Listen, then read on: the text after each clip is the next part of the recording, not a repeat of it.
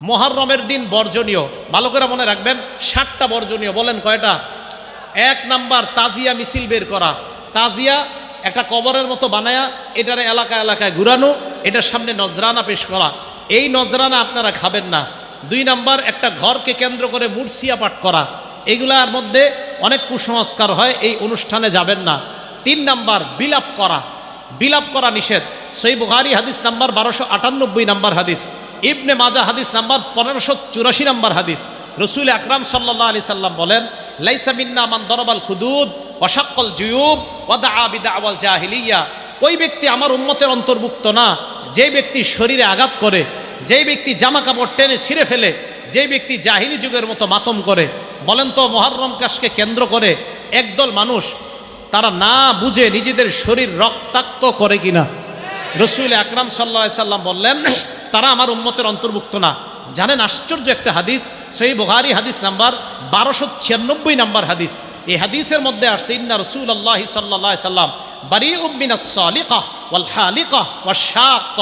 রাসূল আকরাম সাল্লাল্লাহু আলাইহি সাল্লাম ওই ব্যক্তি থেকে মুক্ত, ওই নারী থেকে মুক্ত, যেই নারীরা বাপ মারা যাওয়ার পরে জোরে জোরে চিৎকার করে কান্নাকাটি করে আর বলে, আল্লাহ আমার আব্বারই দেখলো আর কাউরে দেখলো না।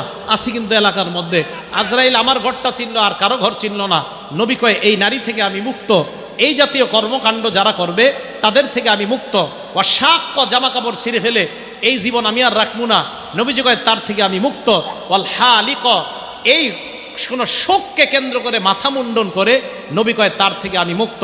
তাহলে আপনাদের কাছে জানতে চাই, মুহররম মাসকে কেন্দ্র করে মাতম করা হালাল না হারাম? এটা করা যাবে না। আল্লাহ আমাদের সকলকে বেঁচে থাকার তৌফিক দান করেন। একটা কিতাব আছে নাম আল জামিউস সগীর। এই কিতাবের 4201 নাম্বার হাদিস। এই হাদিসের মধ্যে আসছে, রাসূল আকরাম সাল্লাল্লাহু আলাইহি সাল্লামের মেয়ে জয়নব রাদিয়াল্লাহু তাআলা আনহা মারা গেছে। এই জয়নব মারা যাওয়ার পর বাকাতিন নিসা, নারীরা কান্নাকাটি শুরু করছে। ফাজাআলা ওমর ইয়াদরিবুহুন্না বিসাউতিহি, হযরত ওমর চাবুক ধরছে সবগুলার মাথায়, কি করো, থামো, সব কাঁদতেছে। নবীজি বললেন, মাহলান ইয়া ওমর, ওমর থামো, একটু নরম হও। এবার আল্লাহর নবী নারীদেরকে বললেন, ইয়াকুন্না ওয়া নাঈকাশ শাইতান, শয়তানের আওয়াজ থেকে তোমরা বাঁচো। শয়তান এইভাবে বিলাপ করে, জোরে জোরে কান্নাকাটি করে, তার আওয়াজ থেকে তোমরা বাঁচো। আল্লাহ নবী বললেন, শোনো, মাহমা ইয়াকুনু মিনাল আইনি ওয়াল কলব, চোখের পানি যদি আসে আর অন্তর থেকে যদি চোখের পানি আসে, ফামিনাল্লাহ ওয়া মিনার রাহমা, অটোমেটিক যদি চোখের পানি আসে কারো শোকে, এটা আল্লাহর পক্ষ থেকে রহমত।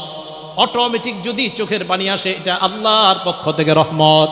এবার আল্লাহ নবী কি বলে, আমার দিকে তাকান, ওয়া মাহমা ইয়াকুনু মিনাল লিসান, আর যদি জবান থেকে হয়, ওয়াল ইয়াদি, এবং হাত থেকে। দেখেন, জবান থেকে আর হাত থেকে দেখেন। জবানে বলে হায়, হাতে দিয়ে আঘাত করে, হায় আঘাত, হায় আঘাত।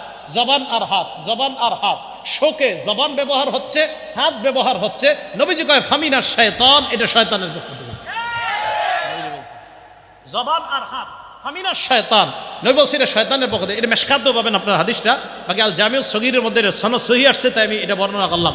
বর্তমানে আবার সহির যুগ চলতেছে। কিসের যুগ? মাশাআল্লাহ, এই জন্য সহিগুলাই বলার চেষ্টা করতেছে। আর যাই হোক, রাসূল আকরাম সাল্লাল্লাহু আলাইহি সাল্লাম এই কথাটা বললেন।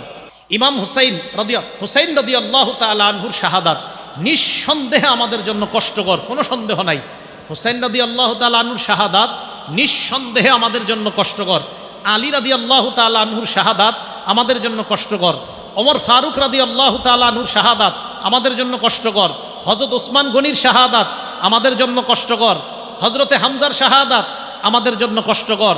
রাসূল আকরাম সাল্লাল্লাহু আলাইহি সাল্লামের সাহাবা হযরত খুবাইবকে যেইভাবে শহীদ করা হয়েছে, শুলিবিদ্ধ করে, আপনার একের পর এক শরীরের মধ্যে কাটা বিদ্ধ করে, ওই টাইমে বলেছিল, তোমাকে যদি এই জায়গায় রাখা হয়, মুহাম্মদ সাল্লাল্লাহু আলাইহি সাল্লামকে তোমার জায়গায় রাখা হয়, আর তোমাকে মুক্ত করে দেওয়া হয়, তাহলে তুমি কি মনে করো? সহিহ বুখারীর বর্ণনা 3045 নম্বর হাদিস খোলেন, লম্বা হাদিসে খুবাইবের শহীদের কথা আসছে শেষের দিকে।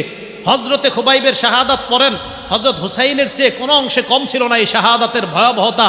হযরতে আসিম ইবনে সাবেতের শহীদ হওয়ার কথা বলেন, কোনো অংশে কম ছিল না। হযরতে আলীকে যেইভাবে শহীদ করা হয়েছে ভয়ঙ্কর প্রচণ্ডভাবে, কোনো অংশে এই শাহাদাতের অবস্থা ভয়ঙ্কর কম ছিল না। হযরতে হামজাকে যেইভাবে শহীদ করার পর হিন্দা হযরতে হামজার গোস্ত মুখের মধ্যে নিয়ে চাবিয়েছে, এই শাহাদাত ওইটার চেয়ে কোনো অংশে কম ছিল না। হযরতে ওসমানকে প্রচণ্ডভাবে 22 দিন, কোনো বর্ণনায় 40 দিনের উপরে যেই হজরতে ওসমান মুসলমানের জন্য পানির ব্যবস্থা করে দিয়েছেন। এই উসমানকে এক ঘরের মধ্যে আটক রেখে 23 দিন 22 দিন, কোনো বর্ণনা 18 দিন ঐতিহাসিক লেখেন, পানি দেয় নাই। এইভাবে হজরত উসমানকে যারা শহীদ করে দিয়েছে, কেয়ামতের ময়দানে তো হজরত উসমানের পক্ষে কোরআনই সাক্ষী হয়ে যাবে। কোরআন পড়া অবস্থায় ওনাকে শাহাদাত বরণ যখন করেন উনি, ওনার শরীরের রক্ত কোরআনের পাতায় গিয়ে পড়ছে। এই শাহাদাতও কিন্তু আমাদের জন্য কষ্টকর। বুঝাইতে চাইলাম, অন্যান্য সাহাবাতের শাহাদাত আমাদের জন্য যেমন কষ্টকর, হজরতে হুসাইনের শাহাদাতও নবীর নাতি হিসাবে আমাদের জন্য অনেক কষ্টকর। কিন্তু এই শহীদকে কেন্দ্র করে শয়তানি কোনো কর্মকাণ্ড করাটা, এটা আমাদের জন্য আরো বেশি কষ্টকর। শয়তানি কর্মকাণ্ড করা যাবে না। হযরত হুসাইন রাদিয়াল্লাহু তাআলা আনহু যদি থাকতেন আর যদি দেখতেন ওনার শাহাদাতকে কেন্দ্র করে এই কুসংস্কার করা হয়, সর্বপ্রথম তাদের বিরুদ্ধে উনি জিহাদ করতেন, যে আমারে কেন্দ্র করে তোমরা এগুলা কি করো, শরীয়ত বহির্ভূত কাজ। তাহলে আমরা নবীর নাতিকে অবশ্যই মহব্বত করি, হজরতে হুসাইনকে আমরা মহব্বত করি। ওনার শাহাদাত আমাদের জন্য কষ্টকর, এটা একটা বিপদ। কিন্তু এই বিপদের সময় ধ্বংসাত্মক কোনো কথা মুখ দিয়ে বলাটা, এটা অভিশপ্ত আওয়াজ। তাহলে অভিশপ্ত আওয়াজ কয়টা? অভিশপ্ত আওয়াজ কয়টা? নেয়ামতের সময় ঢোল তবলা ডেকসেট বাজানো অভিশপ্ত আওয়াজ, আর বিপদে ঢোল তবলা বাজানো অভিশপ্ত আওয়াজ। এই 10 দিন ঢাকা শহর ঢোল তবলায় পুরা অবস্থা খারাপ। দেশ গ্রামে এখনো আসে নাই মনে হয়। আমাদের নবীজি দুনিয়া থেকে বিদায় নিলেন।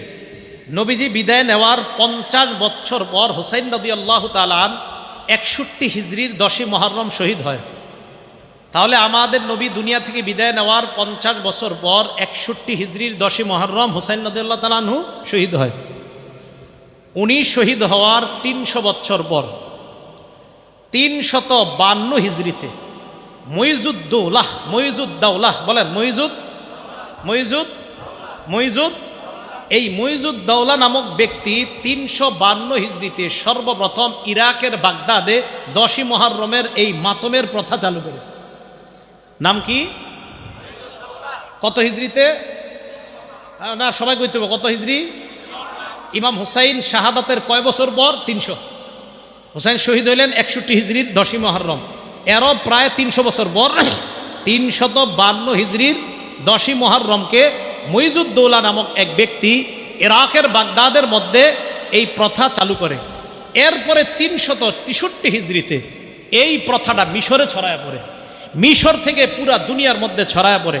এখন আপনাদের কাছে আমি জিজ্ঞাসা করতে চাই, 10ই মুহররম যে ইত্যাদি বিভিন্ন কাজগুলা করা হয়, বলেন তো কত হিজরি থেকে? 300। কে শুরু করছে? কোন এলাকায়? বাগদাদে। এরপরে এটা কোথায় গেছে? মিশরে। এরপর সারা দুনিয়াতে। এই কথাগুলো আমাদের কিতাবে আছে, মানে আমরা যারা কিতাব পড়ি, আমাদের মতো আলেম যারা, তারা লেখছে। মানে আপনার আল বিদায়া ওয়ান নিহায়ার লেখক লেখছে, আল্লামা ইবনে আসির লেখছে, তো বলবে এটি হুজুর তোমরা বানায় লেখছো। এখন কথা হলো শিয়া ভাইদের কিতাবে কি আছে দেখি। কাদের কিতাবে? এক শিয়ার লেখকের নাম সৈয়দ আমির আলী। বলেন কি নাম? উনি কি শিয়া? এই লেখক উনি কি? সাবধান, কাউকে আপনারা আঘাত করে কথা বলবেন না, শিয়া ভাইদেরকেও মহব্বতের সাথে বুঝাইবেন। সৈয়দ আমির আলী উনি কি ছিলেন? একজন। তার একটা বই আছে নাম দ্য স্পিরিট অফ ইসলাম। বলেন কি নাম? আ হিস্টরি অফ এভলিউশন। এই বইয়ের মধ্যে সে লেখছে যে দ্য স্পিরিট অফ ইসলাম, এই বইয়ের মধ্যে সে লেখছে মুইজুদ্দৌলা এই ব্যক্তিটা অলসো ইনস্টিটিউট দ্য ইয়াউমে Ashura, the day of mourning, শোকের দিবস হিসাবে সর্বপ্রথম মুইজুদ্দৌলা নামক ব্যক্তি এই মুহররমের 10 তারিখকে শোকের দিবস হিসাবে সর্বপ্রথম আবিষ্কার করছে। বলেন তো এই লেখাটা কি আমাদের না একজন শিয়া লেখকের? এই তো মাশাআল্লাহ। তাহলে শিয়া লেখক ভাই উনিও লেখলেন যে ওনাদের এই ইতিহাস মুইজুদ্দৌলা নামক ওই ব্যক্তি শুরু করছে। এই ভাইয়ের আরেকটা বই আছে, ওখানে লেখছে হি ওয়াজ আ শিয়া। এই মুইজুদ্দৌলা একজন শিয়া ছিলেন। ওখানে লেখছে হি ইস্টাবলিশড, সেখানে লেখছে হি ইস্টাবলিশড, এখানে ইনস্টিটিউট লেখছে, ওখানে ইস্টাবলিশড। মানে এটার প্রতিষ্ঠা করেছেন যিনি, তার নাম মুইজুদ্দৌলা। সর্বপ্রথম 352তে ইরাকের বাগদাদের মধ্যে এটা আবিষ্কার করেছেন। সময়ের অভাবে আমি আরও অনেকগুলা কিতাবের কথা বলতে পারলাম না। শিয়া বাইদেরই অসংখ্য কিতাব লেখা আরবি ভাষায়, যেগুলাতে তারাও স্বীকার করছে যে এইগুলার আবিষ্কার 352 পর থেকে।